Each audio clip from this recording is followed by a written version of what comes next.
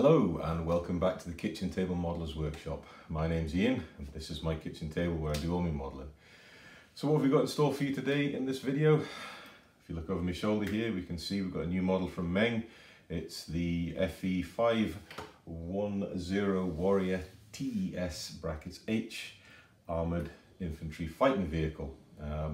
This is a kit that I've been eagerly anticipating from Meng. I'm a big fan of British Army armoured vehicles, and I've been looking for a modern Warrior to replace the old Academy tooling, which I have built and is a good kit, a very good kit, and there's lots of detail sets for it, but it's a bit dated, going back to the sort of first Gulf War era, circa 2000, 2003, and everyone who's into British armoured vehicles has been eagerly looking for a new Warrior, and Meng stepped up to the plate and brought this kit out. So, enough waffling for me, let's get the kit on the table, let's go through the instructions and the parts and see what we think. So here we are, we're on the table, and first off we've got the box art. So Meng have nailed it in my opinion. This is an amazing box art, really does capture the Warrior in its sort of true sort of surroundings, as you would say, and really gives you a good indication of how far along this kit is compared to the old Academy kit. Now don't get me wrong, the old Academy kit is a great kit, I've built it and I have another one in my stash, and it goes together well and it really does represent the Warrior well for its time period, whereas this brings the Warrior bang up to date to 2020 and its current operational theatres. So what have we got here? So British FV510, so that's the British Army identification code for the vehicle.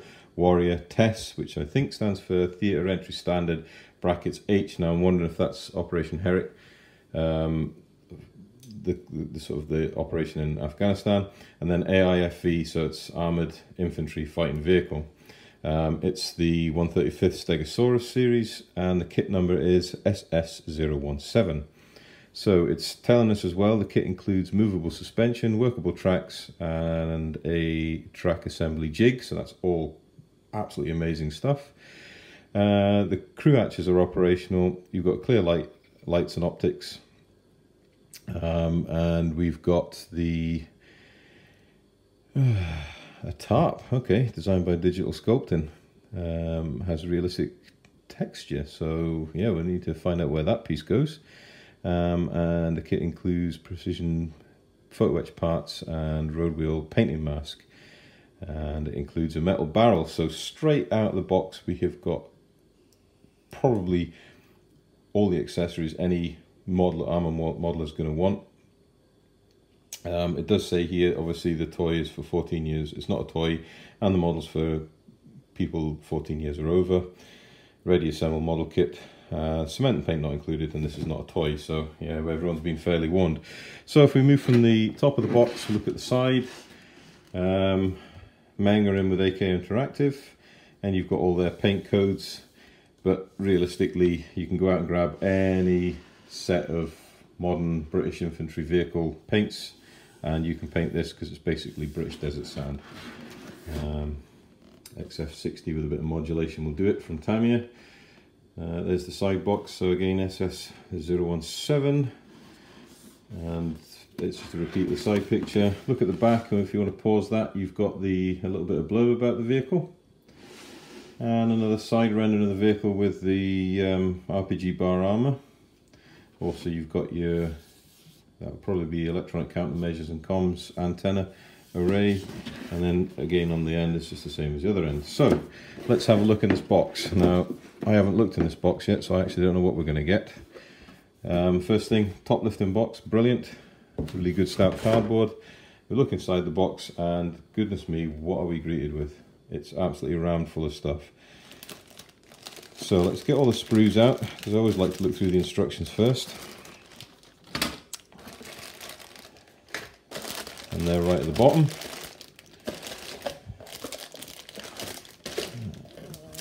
Okay, and get that last bit out and put the box to one side. So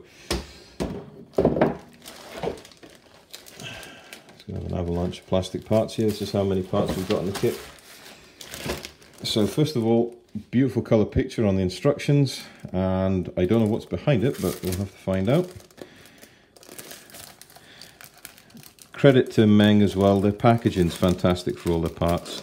They're all in resealable bags, and I know it's a bit crunkly sounding when you open them up, but I try and look at the kits first off new, so I give you my honest opinion. Okay, so we've got a bit of a history book here. Ah, look at this. Okay, this is amazing. I'll be quite honest with you. Now, if we look at this here, this rendering here of the Warrior, this configuration here is pretty much what you get in the Academy kit. So you're looking at sort of the first and second sort of Gulf conflicts, and possibly early Afghanistan if they're out there. So that gives you an idea of what you're going to get in the Academy kit. It also gives you an idea, when you look at a photograph like this, how far Meng have pulled the kit along to bring it up to date with current standards. Now, unfortunately for me, most of this is in Chinese, and well, no, I do stand corrected. There is Chinese and English. So you get good detailed colour photographs of the actual vehicle and the interest in the intricate detail parts. We've got more information stuff here, and obviously the Chinese copy of the text, and we've got other foreign languages too. So that's really a nice little thing to include in the kit. The instructions, booklet form, nice shiny glossy paper, quite small text, I'll be honest with you. Getting a bit older, I would need to get better glasses, reading glasses on to see this, but any Meng kit will have the similar text in. Okay, this is interesting. So this is a new form of instructions I've not seen from Meng. We've got colour representing the different stages of what you're doing, so it's maybe following on for sort of a thing that AIFVs have been doing. So obviously the greyed out part is the part, and then the colour parts are the parts that you're fixing, which actually to me is a really good idea. It'll help the more novice modeler understand what's going on, and it just makes it a lot clearer to any modeler of what the construction sequence is. So actually we'll start with part 1 rather than going straight to part 5. I do apologise. So starting off in part 1, we are putting on what looks to be lower hull parts, possibly armour parts, and then we're looking to fit the suspension arms and the torsion bars to the running gear to make it movable. We're then going on to the radiator grills and the armour grill covers and the lifting handles and the front hatch, lifting eyes. Not quite sure what that part is, C5, and then there's more lifting eyes. So straight into the detail work on the upper hull. We've already seen part 5 because it started there, but we'll have a look through it anyway. So we've got another grill going on, lifting eye, and another part, miscellaneous part, and that completes the upper hull to the point it's joined to the lower hull. And then you've got the front final drives. Then we've got the rear hull plate, or rear hull, with the entry and exit door. These will be the hinged brackets for the rear door, because it swings out the way rather as on like the Bradley where it folds down. We've got a lower hull armour reinforcing plate, which is a new addition to the Warrior from the old Academy kit. This will be the rear track tensioner idler holder with the suspension damper maybe, and this will be an armoured cover, or the cover for the final drive. So this is what would be on the real vehicle, an armoured cover for the final drive. Now, I'm no expert on armour. I do know roughly my way around on it, but I'm not going to claim to be an expert, but I'm trying to give you a reasonable description of what parts is what. Right, running gear, so we've got wheels, rear idler wheel, a track guide wheel for the top track run, and the front drive sprockets. They're going on to the hull. All looks quite simple. And then we go on to making the track. Now it is workable track, so I'm going to be really interested to see how this goes together. I know you can get a full model track, or other companies that do this white metal tracks, but this is plastic track. It looks like you're putting them all together. It goes in a jig and you're inserting the track pins, and I'm imagining it'll be on both sides obviously to pin them together. No glue required. And then when you've joined however many links, what have we got in there?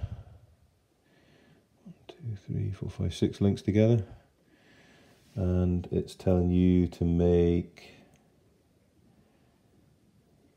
79 links per side. So if it works well, you're probably going to get the tracks built quite quickly, and they're going to be fully movable with workable suspension. So again, a huge leap forward compared to the old Academy kit that has rubber band tracks and solid suspension. So if you want to pose this in motion, as you'd say, or going over an obstacle, you've got the option to do that. Right, this looks like it's some sort of front armor glasses plate, front armor plate, spaced armor with a brush guard on it. You've got lifting eyes, and you've got the track run mud guards or dust guards over the front of the track. Moving on to part 13, we're looking at all the Pioneer tools and them affixing to the holder, which then goes on to a plate, which then, moving on to part 14, goes on to another, what looks to be spaced armor plate, additional armor for the front of the vehicle. So that'll be the top glasses armor. Lifting eyes, that is your wire catcher cutter to protect the driver from wires strung across his path. Fire extinguisher going on the side, and it's all colour, so you know what colours to paint it. It's fantastic, really simple, easy to follow instructions. So, you know, kudos to you, Meng, you've really nailed it this time. All the parts go on, and you've got clear arrows which fixing points it goes to. Small parts, another hatch, armoured hatch with handle. These parts here that fit here aren't smoke discharges, they are pole holders for camouflage netting poles, as far as I'm aware. I believe the smoke discharges are on the front of the turret. We'll confirm that as we go through. So that's part 15. You've pretty much nearly finished the lower hull. This will be the driver's hatch here. So it would appear you may have in a couple of details. I'm not sure about that. You certainly got your periscopes, and I think that is the inner detail, and then there's the outer detail. So it looks like you've got, if you pose the hatch open, you've got the detail for the inside if you want to fit a driver, which is brilliant. Okay, some more. So you've got your lights, indicator, side light, marker light, driver's hatch going on. You've got another armor plate here. You've got equipment handle, grab handles, not quite sure, but you know, more. Tell you what, if you look in part 18, that's the brackets that they use for the hinging for the top opening doors on the rear of the vehicle for the crew fighting compartment. A grille cover, which I think is the exhaust. I might be stand corrected, but I think that is the exhaust grille vent cover. Stowage options going on, light guards going on, grab handles going on. Again, these will be, I think, the camouflage pole holders. A few more stowage items going on, and then we're moving on to part 21. So we're on to the rear door. So you've got a 3-part rear door. Part 22. So you've got the rear track guards and mud flaps, fire extinguisher, and the rear light units. Part 23 is the other side, rear light units. And then we start getting pieces of bar armor. So this is the bar armor for the anti-RPG to go over the rear door. That's probably an air conditioning unit. And that may be an APU, an air conditioning unit there, or just a stowage bin, not quite sure, but I'm sure we'd figure it out with a bit of research. Right, part 25, we've now got the side armor, or the Applique Armor. Now this could be Chobham, it could be Dorchester, I'm not quite sure, but it will be some up armored bolt-on equipment. So you've got the armor, the rear armor plate, And then you've got all the fixing brackets, and then you move on to the bar armor for the anti-RPG. And then, so this is your one side, this is your second side, and then this is affixing them to the vehicle. C15, that looks like you've got some sort of cabling for the external, possibly the external antennas. That's a nice little bit of detail. And you've got a little bit more here, and then we've got the front bar armor to go on to join it all together. So it's quite a comprehensive instruction. So that finishes the lower hull, and we move on to the turret. So we've got the mantlet for the gun, so it can elevate and depress. We've got the turret hatches.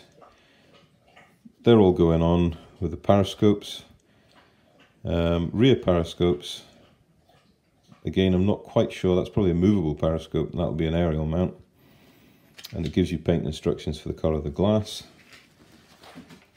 Armoured glass usually having some sort of colour, whether it's blue or green tinge. It just depends where it's made and what its constituent parts are. This will be the turret sighting system for the Radan cannon. That's it being affixed to the front. So you've got 2 units and then 2 armoured units going above it. That's the coax machine gun, probably GPMG 7.62. These will be additional armour units for protecting the crew if they were out of the turrets, out the hatch, so they wouldn't button down. And the front armour plate for the mantlet. I've got a wire cutter going on to the sighting system protection unit. And then we're moving on to the last page in construction, where it all goes together. You've got another piece of the cannon. We've got equipment on the side, comms antenna array. Then you've got bar armour for the side and rear of the turret, and a brace going between the 2 armour shields for the crew hatches. And then your gun barrel going in and the turret going down. The model is complete, ready for paint. You've got a quick parts breakdown and then your painting guide. Now they're giving you a vehicle from B Company, 3rd Battalion, the Mercia Regiment, brackets of Staffords, British Army, Durai, East Region, Helmand, Afghanistan, 2011. And then, did we get any other vehicles? No. So they're only giving you 1 marking option, which is fine. I'm sure there may be aftermarket companies out there that can give you different registrations and unit markings for other units. But realistically, this is your sort of theatre package you've got, and it's bang up to date. Wow. Instructions, have to say, are brilliant. They look very simple, clearly laid out, very informative, and they shouldn't give you any problems. So let's move on to the plastic parts. Well, we may as well start with the big one. Let's look at the hull. So staple bags are rather reminiscent of Tamiya. Let's pop them apart and let's get it out. So first of all, obviously got the poly caps for the wheels and running gear, and then if we look in there, we have got Meng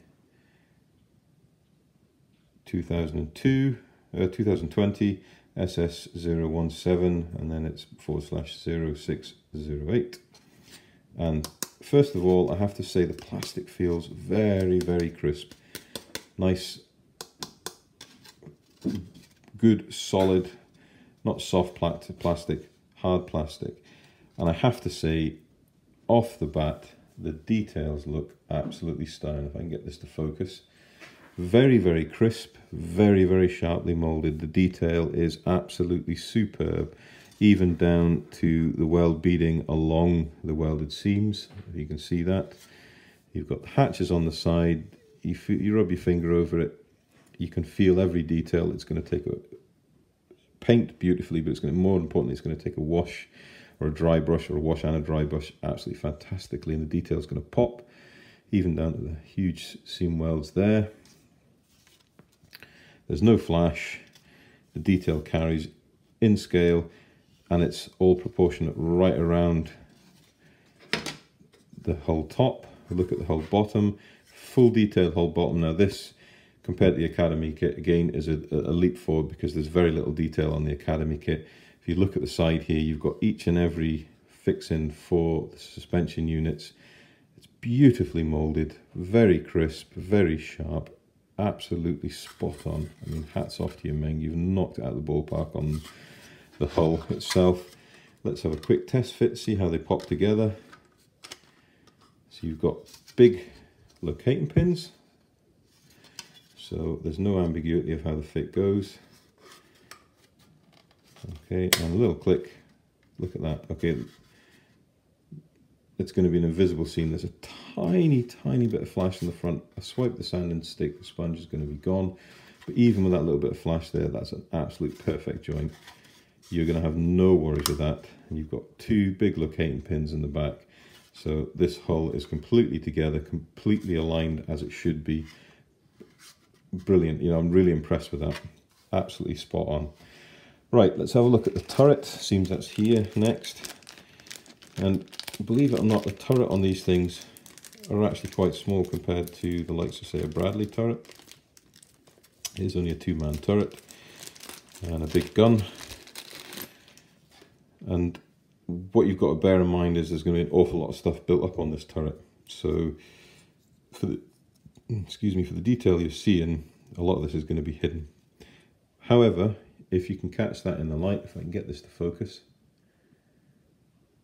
Are we going to focus? Come on. There we go. Don't know if you can see that. You've got a full weld detail right around the turret. All the bolts crisply molded. You can feel every little bit of detail. So when you get to come to paint and detail this part, it's going to be absolutely stunning. Hats off to you, Meng. Really impressed. It's starting off brilliantly. Right, next up, bag full of tracks. Now, I'm not going to take these out because it's a sealed bag and I don't want to lose any. You are going to have a bit of cleanup. If you look at the tracks, they're joined in pairs with the look of it. Doesn't look like it's going to be too much because if you look, the mold connection point is very small.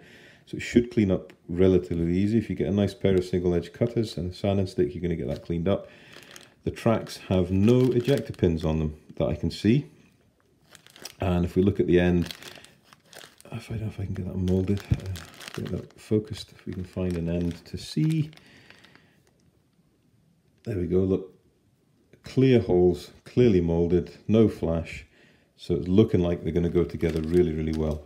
Really impressed with that. Right, next bag. Okay, we've gone from the resealable bags to stapled bags, so not a huge problem, but they don't come open as easily as the resealable ones. Okay, so this is slightly softer plastic from the hull, but absolutely no difference in quality of molding. You see all the relief detail on the side armor plates. Beautifully done. Again, this is going to take a dry brush and a wash. The detail is going to absolutely pop. You're going to have loads and loads of intricate detail for people to draw their eye in and really get involved with this model. Okay, you've got ejector pins on the rear of all the parts. It doesn't really matter. To me, it doesn't matter because I'm not really fussed for kits with interiors, but if we look at the rear hull, got a huge injector pin mark, so if you will want to do an interior kit, or Meng does come out with an interior kit in the future, you'd have to address that, but as it is, these aren't a problem. If we look here, possibly the side guards, beautifully molded. These are slide molded, so there's modern molding techniques involved in this. Rear door, the detail on the rear hull plate, it's all absolutely stunning detail here. I'm very impressed with this straight off the bat. And I've only built one Meng kit, and that was the Bradley Busk with full interior, and that was years ago. So yeah, I'm actually quite impressed with this. Quite impressed with this indeed. So this is part of your turret top armor plating. So this will obviously have glass in it, armoured glass, so that they can see what's going on. These will be the decks for the rear antenna arrays that go on these raised masts here. Your front upper glasses additional armour plate, possibly the front lower glasses plate, or one of the, no, it's maybe one of the boxes on the back. This will probably be the lower plate, I'm not sure, but anyway, yeah, fantastic moulded parts, really, really well. Right, bar armour. Running with the stapled bags, damn good stapled bags, so they're not coming apart very easily. This has been slide moulded again.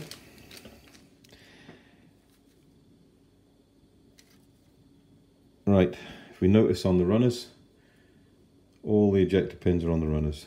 So there's no ejector pins that I can see anywhere on the rear of this armour. Now, one side, if you notice here, one side, it's tapered armour. So I'm assuming this is the rear part of the armour here, and this is the exterior. So it's tapered to the outer, and it gives you the finer detail to the outside of the armour. Now, I know you can get armour, a photo etch set to replicate this armour. I don't think you need it.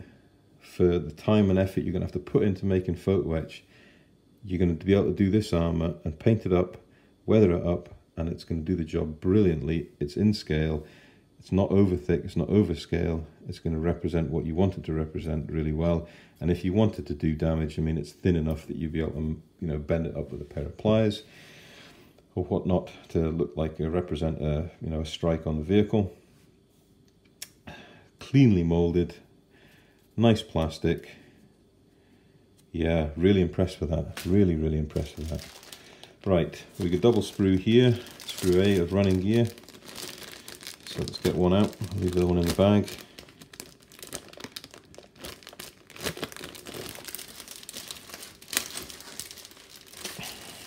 Yeah, I don't like staples now.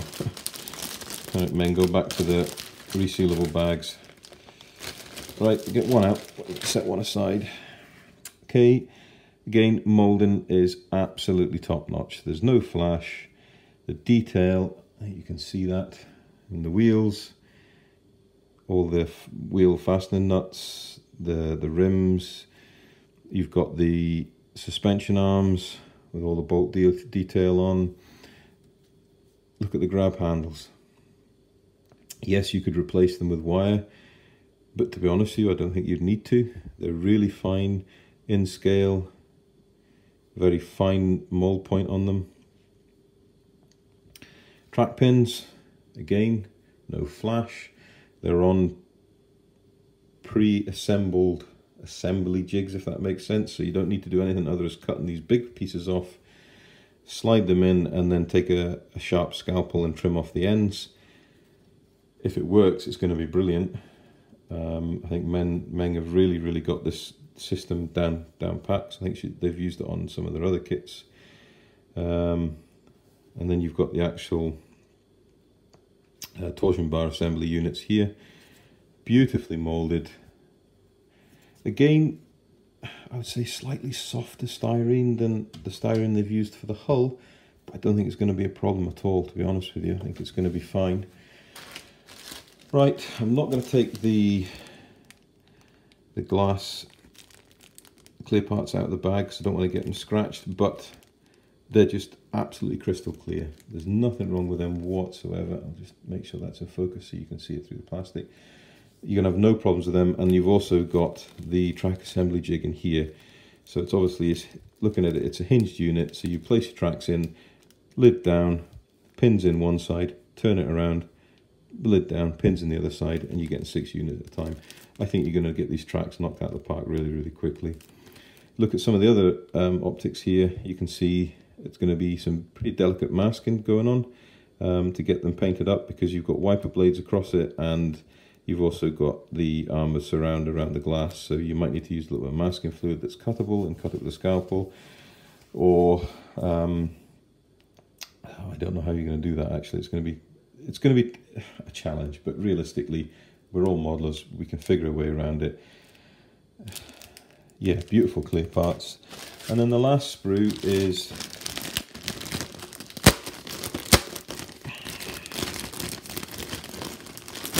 got the rear hull parts and turret parts. Goodness me, I hate staples. Yeah. Right, so we need to be careful. There's a bit of a loose part there. Again, the detail, look at the final drive units, the detail is stunning. We've got the mantlet for the gun, we've got grills, louver grills, we've got the rear light assemblies and rear door, driver's hatch with interior details, so that's really good. If you want to put a driver in there, you can pose the hatch open if you want to be driver up. Pioneer tools, again beautifully moulded, very moulded, even down to the tool clips, tool clasps. You've got the detail of that, so you're not needing to worry about replacing that with photo etch. Even looking down to the side of these camouflage pole holders, there's no flash, there's no burr line. Beautifully moulded stuff. Meng, you have absolutely nailed this. You really have. Absolutely stunning. And you've also got interior hatch detail for the two turret hatches. Yeah, really impressed. Last but not least, we have got the photo etch parts. We've got a turn brass barrel, which looks absolutely stunning. I'm not going to take these out. We've got mesh grills. I think that is a painting jig for the rubber blocks on the track, but realistically, you know, you're going to be dusty and dirty. So whether you want to use that or not, it's up to you. I usually don't do that. I just dry brush the rubber blocks. So there's, you know, paint them with the dust and pigment colours, and then just dry brush the rubber colour back in to make it look like they're all dusty and muddy, but still got a bit of rubber showing through. And then we've got a wheel mask here, and then the decals. And you have decals for two vehicles, 39 kg 40 and then 39 kg 54. So you can do two different vehicles, and there is very minimal decals, so they're not going to take you long to do. So those people that don't like decals, this is a boon for you, because you're going to have it done in a flash. And that's it. So yeah, that is all the parts. Quite amazing. Yeah, I'm really impressed. So what I'm going to do is I'm going to get this lot back in the box, and then we'll sum it up, have final thoughts, and yeah, see what we think. So there we are. Meng's new British FV510 Warrior TES (H) armoured infantry fighting vehicle in 1/35 scale. Thoughts? Has to be wow. Really impressed. Really impressed with Meng. I think the instructions are clearly laid out, easy to understand, easy for a less experienced modeler. Don't think I'd recommend this for a beginner's kit, but it's certainly an intermediate kit, no problem at all. An advanced modeler, yep, no bother. The parts are very well detailed, bang up to date, obviously, with the current armour package being used on the Warrior infantry fighting vehicles, and should, if by Meng's usual standard, go together very well, and you're going to end up with a fantastically detailed kit to display, or, well, obviously going to display, but you can either display it as just as the bog standard model, or the options for using it in a diorama and adding more detail, crew, stowage. The options are endless. In my opinion, I don't think you need to go the whole hog and use photo etch bar armor. I think what you've got in the kit is more than adequate to give you a really detailed in-scale model. And when you start doing your detail work on the stuff like the weld seams and the bolt-on parts, you really are going to make this kit pop. It's going to be an absolutely fantastic and stunning model. So I'd look out for it on competition or club build tables, because I think, you know, people are going to be in for a treat with this kit. I certainly can't wait to build it. I've got a few models I want to build beforehand, so it's probably not going to happen until way into next year, this being 2020, so you're looking 2021. But I am going to build this kit. I've built the Academy one, and I still have an Academy one in the stash. I might do a head-to-head build later on to see the differences. I've tried to point out the differences as I've gone through the review of where the Meng kit's at and where the Academy kit's at. I'm not knocking the Academy kit, it's of its time, and it's a really good kit, and it does build up into a very well detailed and time relevant Warrior. But this kit brings it bang up to 2020, up to date, a modern British infantry fighting vehicle to go along with other releases that Meng have come out for the British Army. And there's other companies like Rifle Models coming out with an up-to-date model of the Challenger 2. So I have to say I would recommend this kit. I'm really impressed with the parts. I'm really impressed with the way it's all gone together. And I think, can't say 100% because I haven't built it obviously, but I think it's going to build quite simply, quite easily and straightforward into a fantastic model. So there we go. That's my thoughts on Meng's new Warrior infantry fighting vehicle. If you have any questions, comments or suggestions, please put them down below. I do take the time to read any comments that I put on the channel. I'm a great believer if people take the time to comment, I need to take the time to read and reply, and I'm very grateful for all the interaction that does go on the channel. If you'd like to like and subscribe, I'd be very grateful too. If not, it's not a problem. If you've gone this far through the video and you've watched it at the end, thank you very much. I do appreciate that. Yeah, this is Ian from the kitchen table. Happy modelling, guys. Take care, and we'll see you on the next video.